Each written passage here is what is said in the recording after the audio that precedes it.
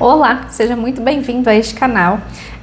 Aqui a gente busca trazer tudo sobre empreendedorismo, contabilidade, parte de tributação que podem impactar os negócios brasileiros e principalmente aqui o que a gente tem de mais notícias atualmente de reforma tributária. Então, este vídeo de hoje nós vamos tratar sobre os impactos implícitos ali da reforma tributária para as empresas optantes pelo Simples Nacional e como você pode utilizar dessas informações para adotar estratégias para sua empresa.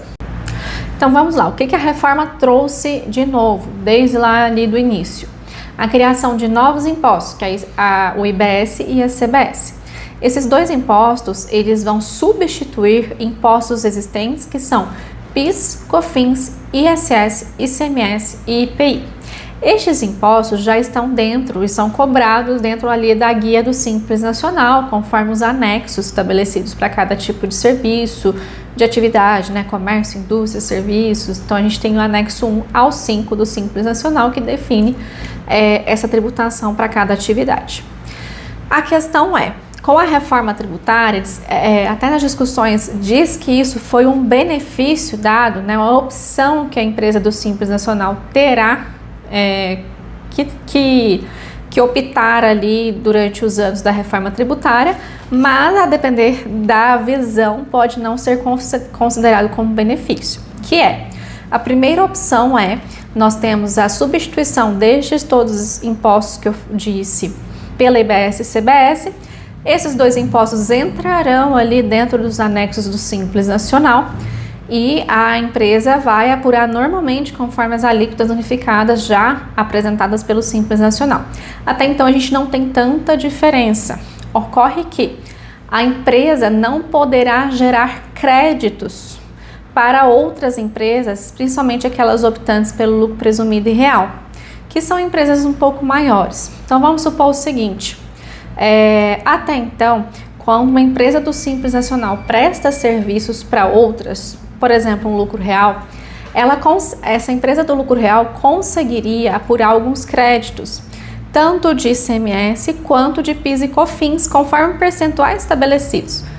Então vamos supor o seguinte, a gente tem uma empresa que prestou serviços de R$1.000 para uma outra empresa do lucro real, teve um ICMS de R$5 e um PIS e COFINS de R$7. Quando essa nota fiscal chega lá na empresa do lucro real, que é a cliente, né, dessa empresa do Simples Nacional, essa nota é recebida e aplicada a percentuais estabelecidos de PIS e COFINS, que é o 1,65 e 7,6. A legislação permite isso.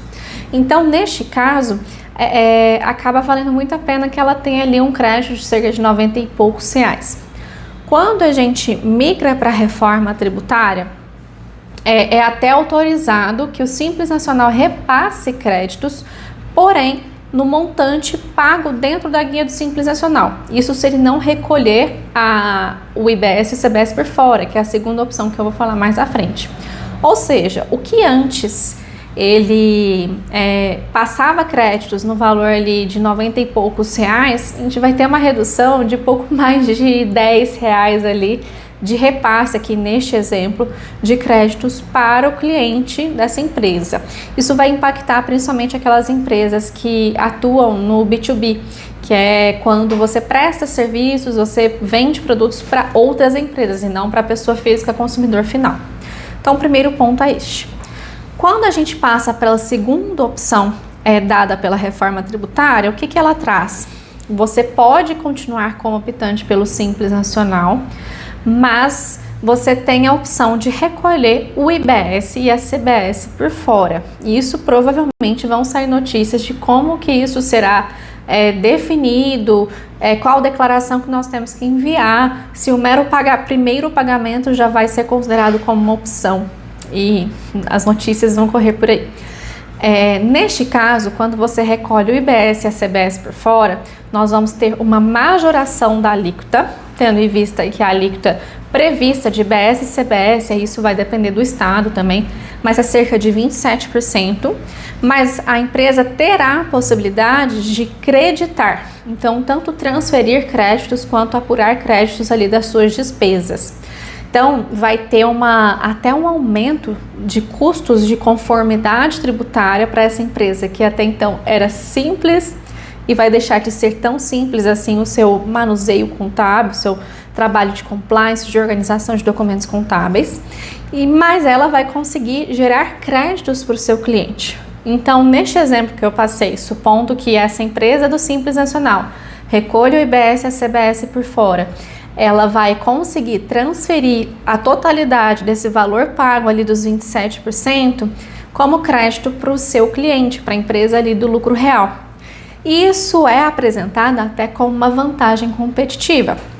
Então, algumas discussões trazem que muitas vezes você majorar sua alíquota, por mais que tenha um aumento de carga tributária, um aumento de custos com conformidade, isso vai refletir diretamente nos honorários contábeis das empresas, vai trazer uma maior vantagem competitiva dentro do mercado, principalmente para aquelas empresas que prestam serviços ou vendem produtos ali no formato B2B.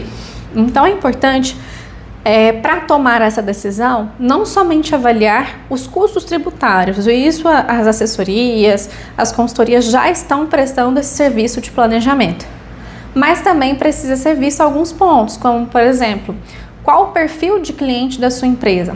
É pessoa física? É pessoa jurídica? Qual seria o peso desses créditos na sua cadeia ali? E quando a gente fala cadeia, são todos os participantes ali daquela operação. Então, por exemplo, da venda de uma blusa, nós temos o tecido, né, a plantação do algodão lá desde o início, a gente tem a fábrica que faz o tecido, tem a fábrica que costura a camiseta, a blusa, tem o comércio atacadista, o varejista, às vezes tem mais um comércio depois disso, a lojinha ali no final das contas, e aí a gente passa pelo consumidor final. Então, o quanto esse crédito vai afetar na cadeia da sua operação. E avaliar a margem mesmo, que seria mais vantajoso, né? Por mais que tenha essa majoração da carga tributária, esse aumento da vantagem competitiva traria vantagens até financeiras para o caso da sua empresa. É um planejamento que a gente vai ter uma transição de 2026, já em janeiro, né? Com algumas questões a serem definidas em nota fiscal. Não vai ter nenhum custo por enquanto, somente a partir de 2027, que a gente tem a transição dos impostos, né? Então eu diminuo um pouco os impostos existentes para já aumentar a IBS e a CBS. E o planejamento que antes era opcional e muito fácil às vezes de se resolver ali, agora passa a ser mais um custo, mais uma preocupação do empresário para manter a sua empresa de pé e saudável. Se você quiser avaliar melhor esse cenário da sua empresa, não deixe de entrar em contato com a Secom. Nós já estamos prestando serviço de planejamento, de consultoria e de adaptação, e muitas vezes não somente dos seus números, mas de todos os processos da sua empresa.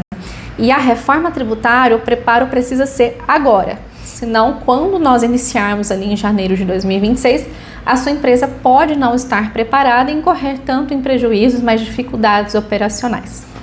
Obrigada e até o próximo vídeo.